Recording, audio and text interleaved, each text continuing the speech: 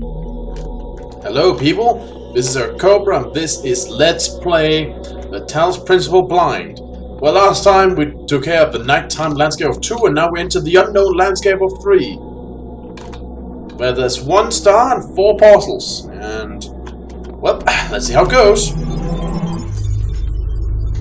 Probably also a computer. There's usually a computer.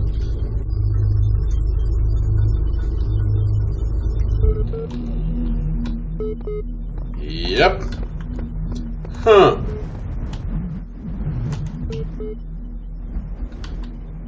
It's a lot more windy here, it seems. Huh. Here's what I've been wondering while you were off carrying out commandments. You say that consciousness is some kind of functional system, arranged bits of matter in the right order and now springs sentience. That's all very well on paper, but if what counts is what something does, not what it's made of, then couldn't you and I design a series of tin cans on strings for qualified to being conscious?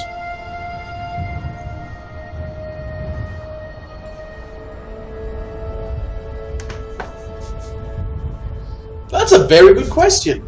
Huh.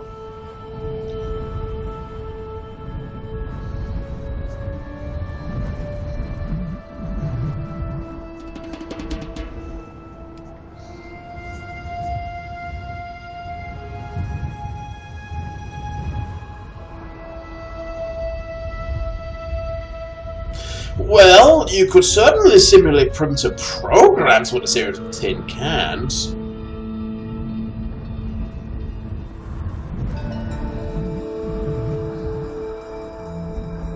Huh.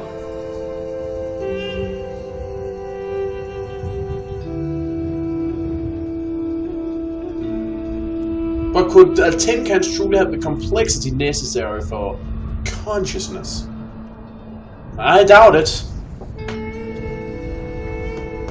But it is an interesting question, because what's the essential differentiation? I mean, the system of consciousness in the human brain is signals between neurons. Could tin cans not simulate that?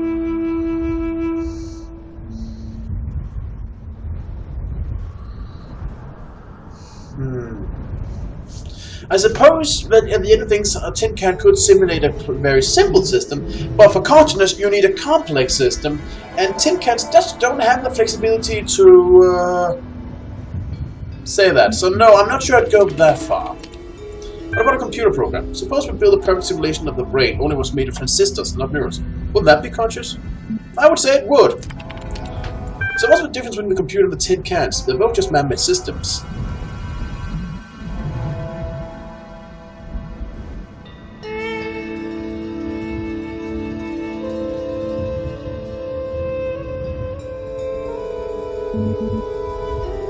I'm beginning to think I'm a computer, no, I'm conscious. Computers can remember things. Well, that is one thing they can do. They can store data and build upon it. Tin cans really can't do that. They don't have the capacity to remember. That's at least one thing. So can tin cans, expertly arranged. Try harder.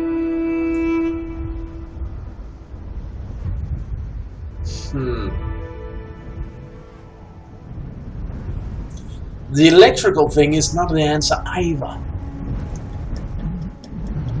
Thinking. Of these options...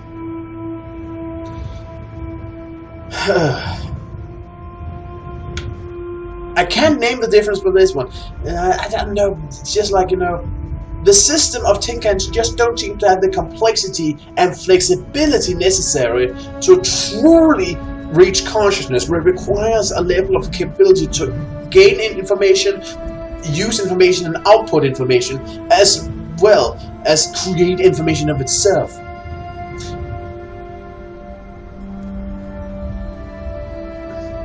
Electrical is just a question of power source. There is one.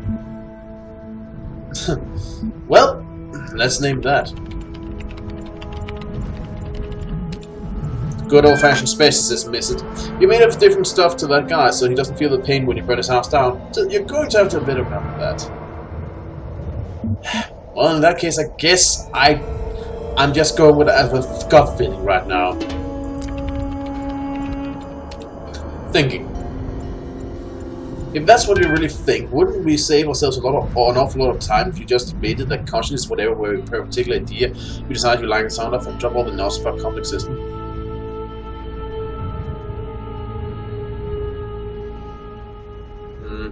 I suppose in that idea you're right. Saying it's a complex system is true, but it's too broad to truly narrow it down. What we need is a more narrow definition, something that is more fitting. So let's agree that complex system works as a broad category, but you're right, we definitely need to specify.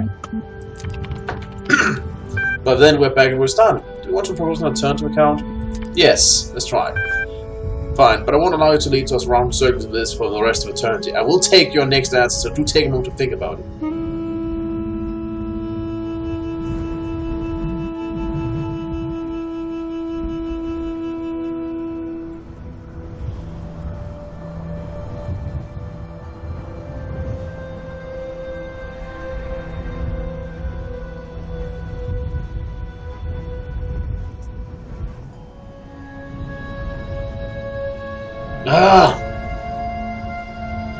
I can't say it's not physical.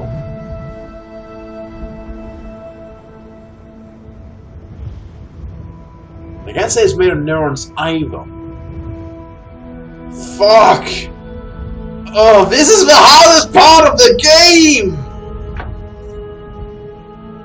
Well, I know in humans it's made of neurons.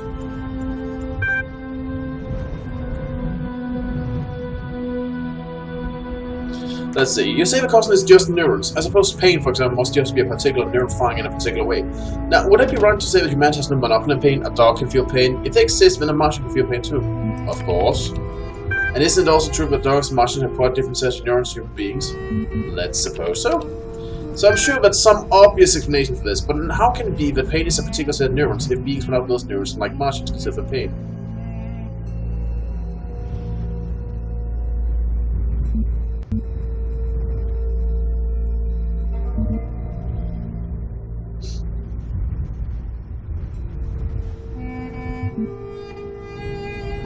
Well, we wouldn't be able to see what kind of pain they felt because we can't experience that. But it can't be something aside from the neurons themselves. Consciousness is bound in the physical matter. I stand by what I said, whatever your doubts. I'm trying to see where you're coming from, but it's no small task. Let me try one more time. Suppose that you're a conscious human being. I know it's a push. Then suppose that I take one of the neurons in your brain and place it with a time machine that works exactly the same. Are you still conscious? Yes. Now what if I replace a few more and a few more until you're mostly thinking with time machines do not? You're still conscious? Yes, perfectly so. I wouldn't be if you just took my brain out and replaced it, because there's no way for the system to bond and slowly be replaced. But if you just do it a slow part of the time, well, that's the exact way the brain already do function. Stuff has to be replaced, so yes. So how do you think would change if you replaced all your neurons? You'd be a walking, talking, thinking computer, but according to you, consciousness has to be made of neurons. And so the scenario you just described is possible. You sure won't accept your pictures in full proof? Okay, I'm not sure. And how constant can be so intimately familiar to you? It is obscure. I just don't understand. The deceiver slithering through the hidden words. His wisdom is hollow and born of despair. Hey, do you mind? I'm having a conversation. Let him entangle you in his webs of delusion. He's asking good Have questions. faith in me, and his petty illusions will fall away like nightmares. Go away, God! I'm interneting! Don't mind him. He's just worried that if you ask too many questions, you will start to see through this shtick. Stick with me, and the sky will quite little be the limit. At any rate, I'd like you to think a bit hard about all this and get back to me. I'm sure there's still progress to be made. Right, so him and the Gadauken guy from before are the same. Well, that's at least something. Jeez.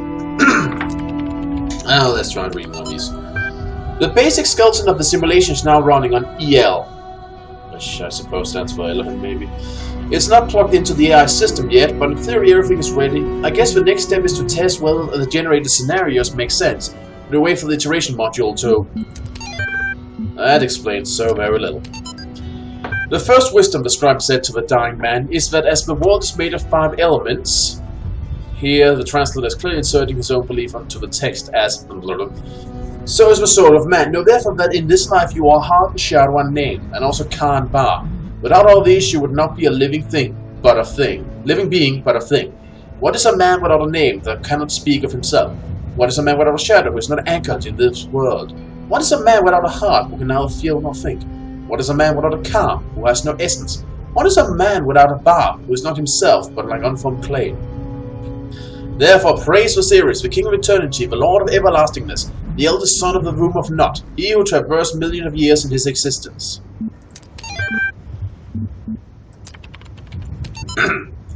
Democrats alter, or On the Just Cause for War Against the Indians by Juan Ginés Sepulveda. Written in 1547 to justify the Spanish conquest of the Americas. The Spanish have a perfect right to rule these barbarians of the New World, who in humanity are as inferior to the Spanish as children are to adults, or women are to men. Fuck you. For there exists between the two a great difference, as I might even say, between apes and men. Compare then these gifts with those possessed by these half-men, in whom you will barely find the vestiges of humanity, who not only do not possess any learning at all, but are not even literate and eat human flesh. Therefore, if you wish to reduce them, I do not say to a dominion, but to a servitude a little less harsh, it will not be difficult for them to change their master. Yes, of course, ignoring the fact that the Native Americans actually had a quite functional civilized society, thank you very much, but was only really brought to heel when us sick Europeans came and cuffed on them. Also ignoring the fact that many of these they were very happy with their culture and all that, and did just fine. Also, no widespread cannibalism. I don't even think there was really a cannibalism anywhere. Maybe it fell down south with the Aztecs and such. They had some freaky rituals. But I'm pretty sure the Indians never practiced cannibalism. I mean, they might have had cannibalism incidents. Certainly there where we believe the history of the myth of the Wendigo comes from. But certainly nothing widespread. But hey, once again, you know, I suppose this is an unfortunate no, I don't suppose. I know this is an unfortunate human tendency. If you can just say that guy over there, he's not as good as you. He's not as worthy as you. He's not as civilized as you are. He's not as moral as you are. He's less than you. If he's less than you, then you can go punch him in the face and take his things. More than anything, that's what this was all about. But also, if that guy over there is less, then you must be more. And humanity likes being more. Those two things, wanting each other's stuff and wanting to prove ourselves dominant, more than anything has led to so much tragedy in human history. Still does. We've not gotten past it. People just like thinking we've gotten past it. You know, racism, sexism, like. Because if we gotten past that, then we are better than the people of yesterday who engaged in it, and thus we are more than them. And therefore, you can see how it kinda keeps going around, can't you? We want to be better than everyone else, because it feels good to be better than everyone else. Heck, I'm not gonna claim I'm better than that. I'll be hypocritical. No, I like feeling better than others. But, personally, because I know of this trap, I'm not saying I couldn't fall into it, but I try to compare myself in ways where I feel that it's actually worthwhile. For example, you know, comparing myself to somebody who's done something horrible. Like, say, murder children. I can compare myself to him and say, I haven't murdered any kids, I'm definitely better than this guy. And I feel great. So, yeah, nobody's immune to that. But I think it's worth recognizing and thinking about. Because no one avoids falling into that pit trap from time to time. But if you don't recognize it, that's when bad stuff happens. Theory, this place is some kind of preserve for human history. We are the endangered species. Theory, trying to find the answer will only bring pain. Ceasing to care is the only escape. Huh. I doubt that. Apathy will bring you nowhere, but just leave you stuck. Theory, this guy's 10 times more help than you, Samsara, so shut your face. Theory, we're in some kind of incubator waiting to be hatched. Theory, if you knew how little you know, you wouldn't be exposing it here.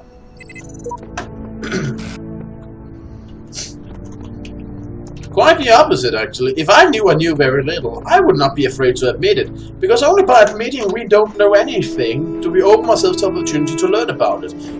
If you will notice, most people who claim to figure everything out and know universal truth are usually not only the dumbest, but also the most irreceptible to new knowledge. Because they believe they learn everything and therefore they don't have anything else to learn from anybody. And why do they do that? Well, if they're smarter than a lot of us, then they're better for us. Can you see how all of these stupid human tendencies tend to tangle together?